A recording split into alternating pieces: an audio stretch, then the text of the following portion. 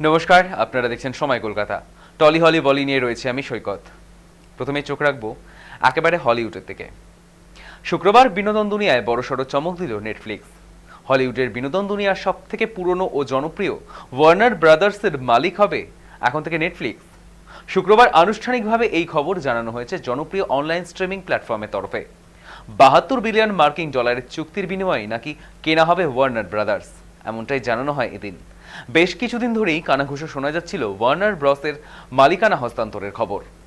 এবার তাতে শিলমোহর দিল নেটফ্লিক্স।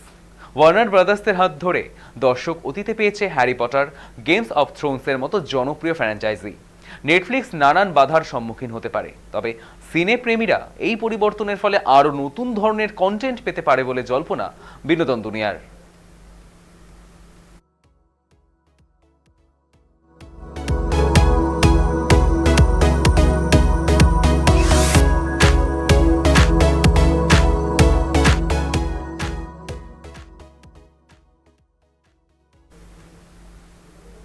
বর্তমানে দেশের বিভিন্ন রাজ্যে এসআইআর প্রক্রিয়া চলছে, আর সেই কাজ করতে গিয়ে চক্ষু চড়ক গাছ বিএলওদের। দেখা গিয়েছে 2003 সাল থেকে সংশ্লিষ্ট কেন্দ্রের ভোটার তালিকায় রয়েছেন বচ্চনদের নাম।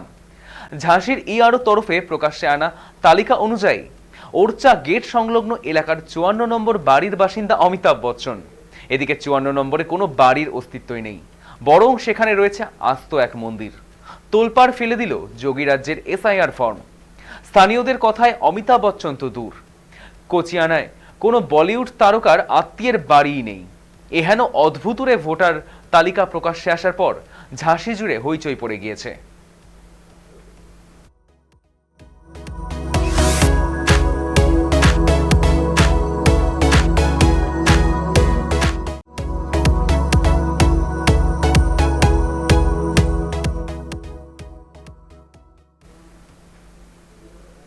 ফের বিপাকে শাহরুখ খানের পুত্র আরিয়ান। এবার আরিয়ানের বিরুদ্ধে বেঙ্গালুরু থানায় অভিযোগ দায়ের করেছেন এক আইনজীবী। ওয়েজ হোসেন এস নামের এক আইনজীবী বেঙ্গালুরুর কব্বন থানায় অভিযোগ দায়ের করেছেন আরিয়ানের বিরুদ্ধে। কর্ণাটক রাজ্য মহিলা কমিশনেও অভিযোগ করেন তিনি। তার অভিযোগ, যেখানে মধ্যমা প্রদর্শন করে অশ্লীল অঙ্গিভঙ্গি করেছেন আরিয়ান, সেখানে উপস্থিত ছিলেন অনেক মহিলা। আইনজীবীর অভিযোগ, এই ধরনের কাজ সাধারণ মানুষকে খুব অস্বস্তিতে ফেলেনি, বরং অপমান করেছে। এক পুলিশ আধিকারিক জানিয়েছেন, সমাজ মাধ্যমে ভিডিও দেখার পরে স্বতঃপ্রণোদিত মামলা দায়ের করা হয়েছে। গত 28 নভেম্বর একটি ব্যক্তিগত অনুষ্ঠানে বেঙ্গালুরু গিয়েছিলেন আরিয়ান। সেখানেই অশোকনগর এলাকার একটি পাবে দুই বন্ধুর সঙ্গে দেখা যায় তাকে। বন্ধুদের সঙ্গে আনন্দের মাঝে জনসমক্ষে নিজের মধ্যমা দেখিয়ে অশালীন ইঙ্গিত করে বসেন আরিয়ান। এর আগেও 2021 সালে মাদককাণ্ডে নাম জড়ায় তার। এবার অশালীন ইঙ্গিতের অভিযোগ উঠল আরিয়ানের বিরুদ্ধে।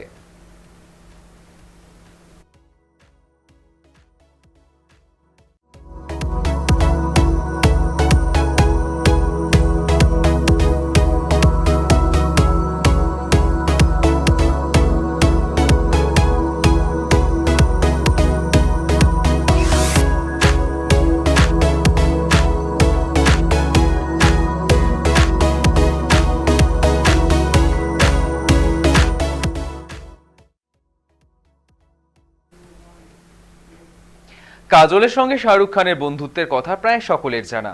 সম্প্রতি সঞ্চালিকা হিসাবে নতুন যাত্রা শুরু করেছেন নায়িকা, তার সঙ্গী টুইকেল খান্না।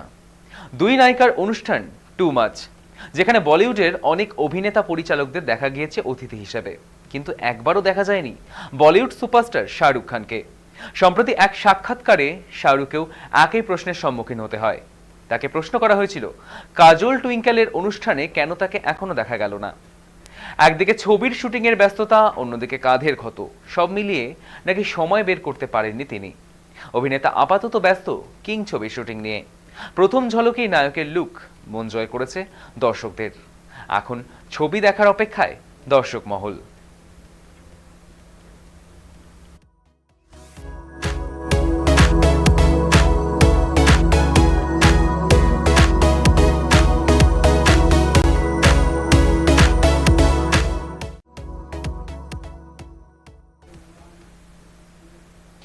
2020 থেকে 2021 সালে দিল্লিতে কৃষি আইন বাতিলের দাবিতে কৃষক আন্দোলন সংগঠিত হয়েছিল।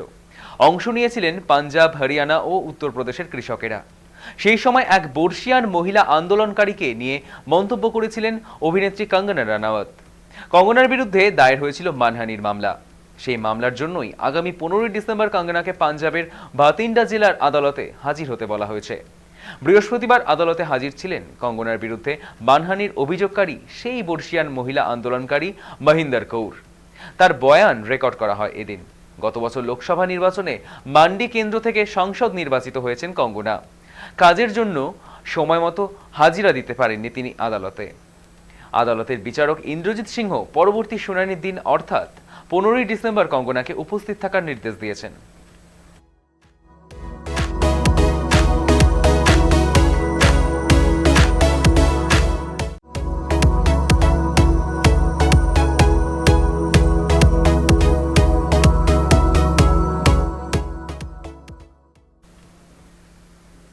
ভারতীয় বিনোদন দুনিয়ার জনপ্রিয় পরিচালক রাম গোপাল বর্মা, তবে তিনি বিতর্কিতও বটে। বারবার নানান মন্তব্য করে উঠে এসেছেন বিতর্কের শিরোনামে, কখনো ইন্ডাস্ট্রি নিয়ে, কখনো আবার বিভিন্ন নায়িকাকে কুমন্তব্য করে। উর্মিলা মাতন্ডকরের সঙ্গেও নাম জড়িয়েছে তার। এবার সেই নিয়েই মুখ খুললেন রাম গোপাল বর্মা নিজেই। এক সংবাদ মাধ্যমের সাক্ষাৎকারে রাম গোপাল বর্মা জানান, উর্মিলা একজন ভার্সেটাইল অভিনেত্রী। তার সঙ্গে উর্মিলার সম্পর্ক ততটাই ছিল যতটা পেশাদারিত্বের জন্য প্রয়োজন। এই নিয়ে আজও কেন এত গুঞ্জন হয় তিনি বুঝতে পারেন না। পরিচালকের ছবির বহু নায়িকার সঙ্গেই তার নাম জড়িয়েছে, তবে যে নায়িকার সঙ্গে সব থেকে বেশি তাকে নিয়ে গুঞ্জন তৈরি হয়েছে তিনি হলেন উর্মিলা মাতন্ডকর।